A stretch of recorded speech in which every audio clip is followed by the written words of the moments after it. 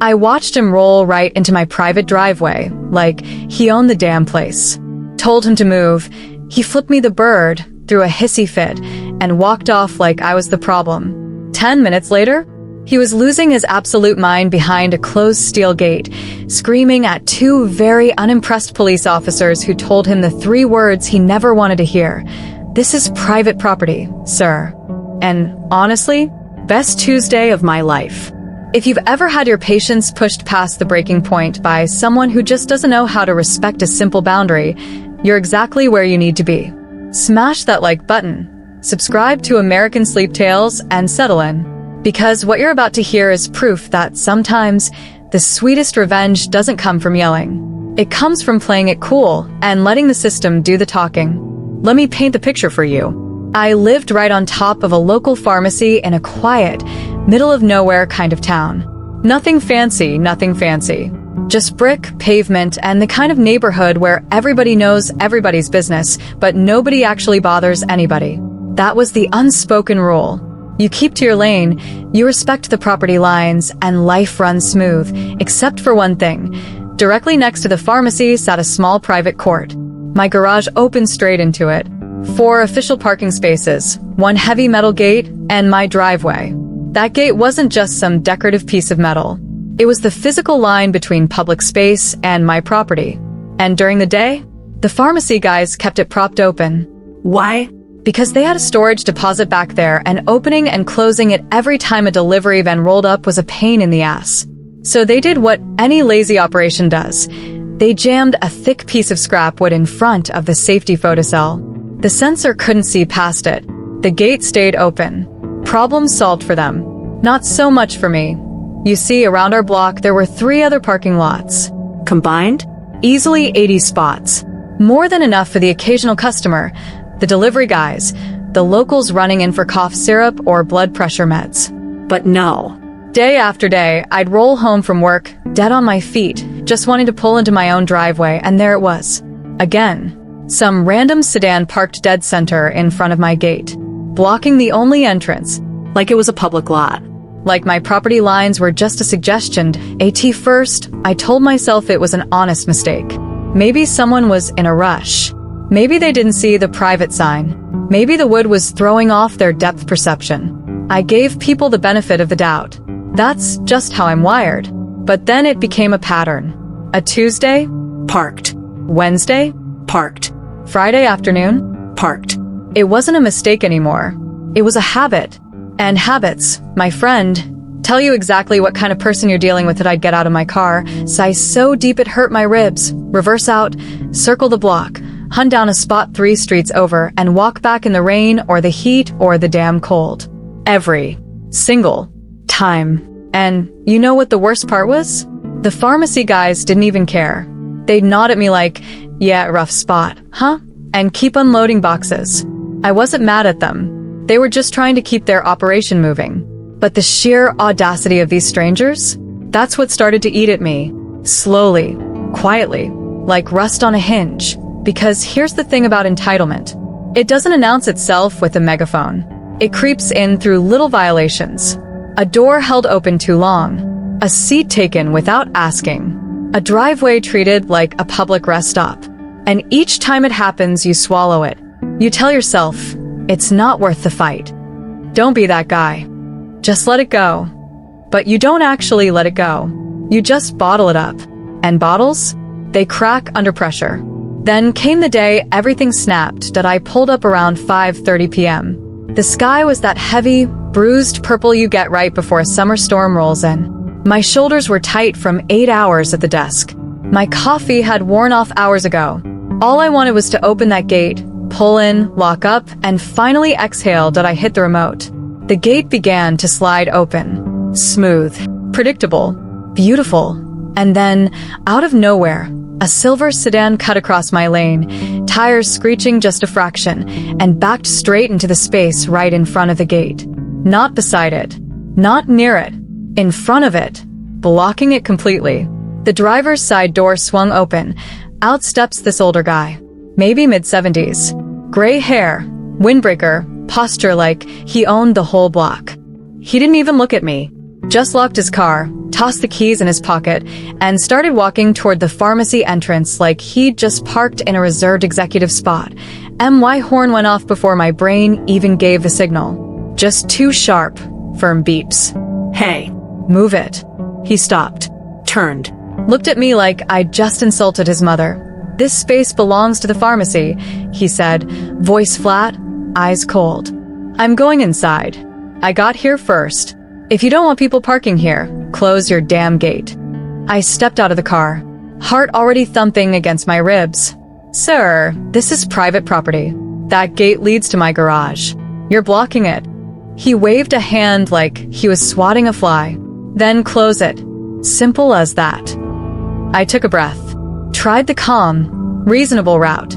The pharmacy props it open for deliveries. That doesn't make it public. I need to get in. Please move your car. He just smirked. Not a friendly smile.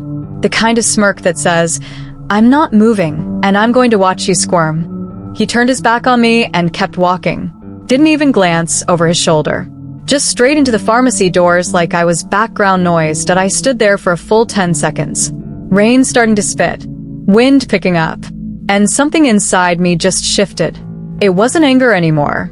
Not the hot, messy kind. It was cold. Clear. Focused. I walked up to the gate. Looked down at the wood block jammed against the photocell.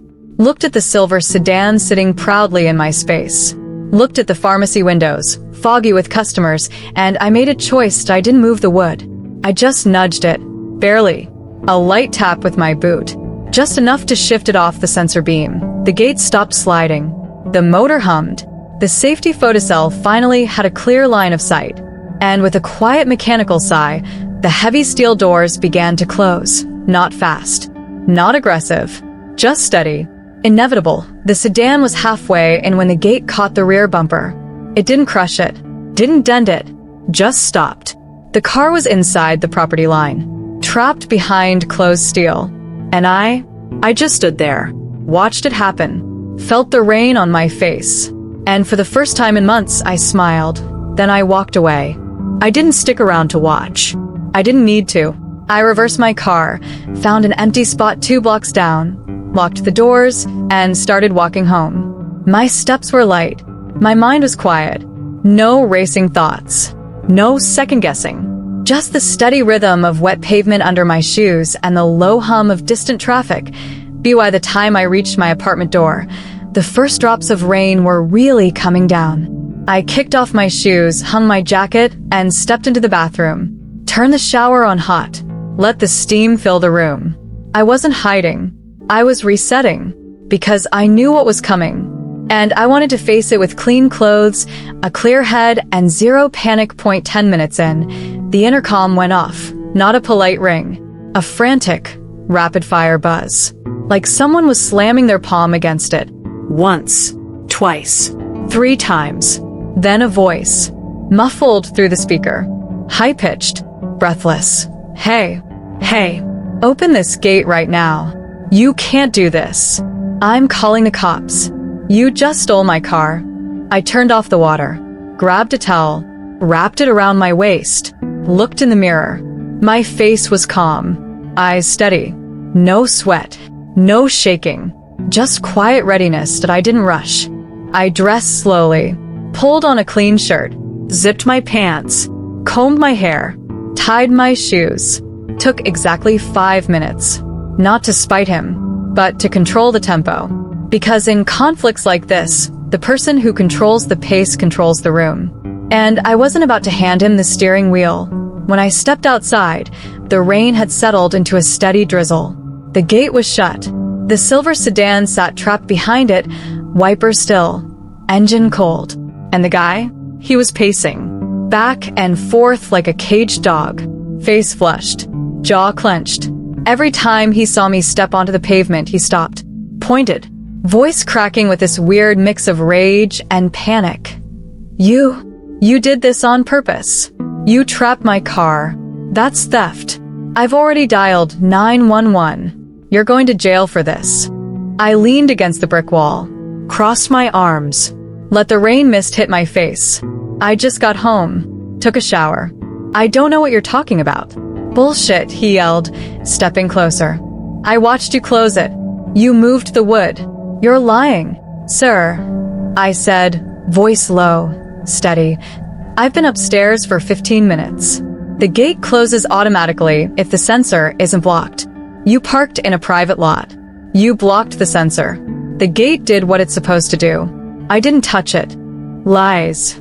You're a thief. He was practically vibrating now. Arms flailing, eyes wide. He started pacing again, muttering to himself, then louder, then to anyone walking out of the pharmacy. This guy stole my car. Look at him. He's smirking. He's dangerous. I didn't smirk. I didn't move. I just watched. Because you know what happens when you let someone unravel in public? They hand you all the rope you need. And I was perfectly happy to let him tie his own knot. Sirens cut through the drizzle before long. Blue and red lights painted the wet pavement. 2 officers stepped out. One older, grizzled, rain jacket zipped to his chin. The other younger, notebook already in hand. They took in the scene in 3 seconds. The gate, the trapped car, the frantic old man, me standing calm against the wall. The older one stepped forward. What's the situation here? The guy practically sprinted over. Officer. Thank God. This guy locked my car inside his property. He's holding it hostage. I have my keys, but he won't open the gate. I want him charged with theft, with harassment, with... Sir, the officer cut in, voice flat. Slow down, one at a time. What exactly happened? The guy launched into it again, louder this time, more theatrical. Hands chopping the air, voice pitching up. He moved the wood. He closed the gate on purpose. He's been harassing me for weeks. I parked in a public spot and he stole my car. The officer didn't blink, just turned to me. Your side. I pushed off the wall, stepped forward, kept my hands visible, voice calm, respectful, but firm. Officer, I just got home, parked my car down the street, took a shower, came downstairs to find a gentleman who's been repeatedly blocking my private driveway, now very upset because my automatic gate closed after he parked in front of it during business hours. The pharmacy props it open with a piece of wood for deliveries. If that wood isn't aligned with a sensor, the gate closes automatically for security. I didn't touch it. I didn't move his car. I didn't call the police. I just came downstairs to see what the noise was about. The guy's eyes nearly popped out. He's lying. I watched him do it. The older officer held up a hand. Sir. I'm going to ask you to stop interrupting. You're not helping your case. He turned back to the gate, walked up to the photocell, looked at the wood block on the ground, looked at the alignment, looked at the private property, residence and deliveries only, sign bolted to the brick, looked back at the guy, and then he said it. 3 words, delivered with a kind of quiet authority that makes your stomach drop. This is private property, sir. The guy's face went from red to purple in 2 seconds. Mouth opened. Closed. Opened again. Nothing came out. He just stood there, chest heaving, fists clenched, like a balloon slowly deflating. The officer stepped closer. You parked on a restricted access driveway. The gate is automated. It closed because the safety sensor was no longer blocked. The homeowner was upstairs. You're not a victim here. You're trespassing. I didn't know. He could have just opened it. He doesn't owe you access to his property, the officer said, voice dropping an octave. And you don't get to scream threats at people because you misread a sign. Now. Are we going to have a problem, or are we going to handle this like adults? The guy's shoulders slumped. The fire went out. He looked down at his shoes, nodded once. Quick. Weak. The officer turned to me. Can you open the gate, please? I nodded. Sure. I need to grab my remote from my car. It's parked down the block. Mind waiting with him? He's got a bit of a temper, and I'd rather not get jumped while I'm walking away. The younger officer chuckled. The older one just sighed. We'll stay. Take your time. I didn't rush. I walked at my normal pace.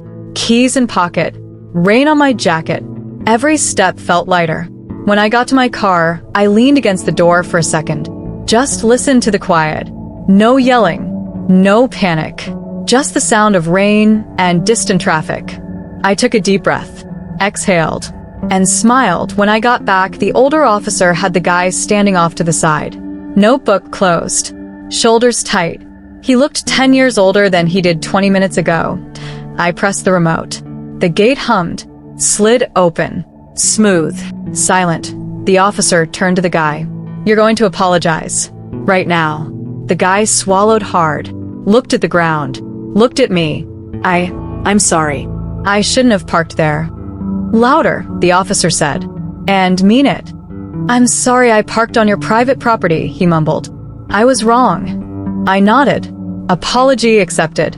Just don't do it again." The officer stepped in. "You could have been cited for false reporting, trespassing, and disorderly conduct.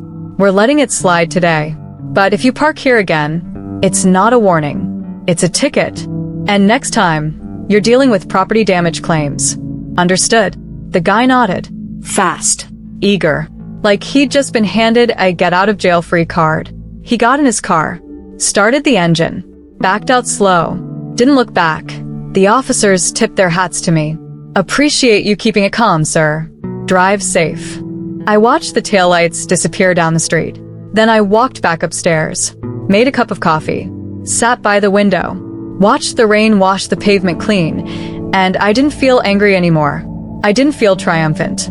I just felt balanced, like a scale that had been tipped for months finally settled back to zero. That moment the officer said, "This is private property, sir," wasn't just about a gate. It was about validation.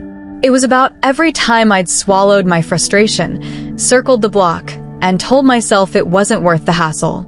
It was about every entitled person who thinks public convenience trumps private respect. And it was about the quiet, unshakable truth that justice doesn't always need a megaphone. Sometimes, it just needs a closed gate, a calm voice, and two cops who know the difference between a victim and a trespasser. I stood there in the drizzle, watching a grown man shrink under 3 simple words, and I felt something I hadn't felt in years. Not anger, not relief. Peace. The kind that comes when you finally stop fighting for people's respect and just enforce your own. Karma isn't always lightning. Sometimes it's just a closed gate, a misplaced piece of wood, and the universe stepping in to say, "Not today." If you've ever been pushed to your limit by someone who treats boundaries like suggestions, hold your ground. Don't escalate. Don't explode. Just let reality do the talking. Because the people who cross lines rarely expect to find a wall waiting on the other side. If this story hit home for you, smash that like button right now. Drop a comment below and tell me, what's the most satisfying time you've watched entitlement crash into reality? I read every single one. And if you haven't already, hit subscribe to American Sleep Tales. I upload 2 brand new videos here every single day. True Reddit revenge, chilling horror stories, and real-life justice served cold. Turn on notifications because you don't want to miss what's dropping next. Until then, stay sharp, respect the line, and let karma handle the rest. I'll see you in the next one.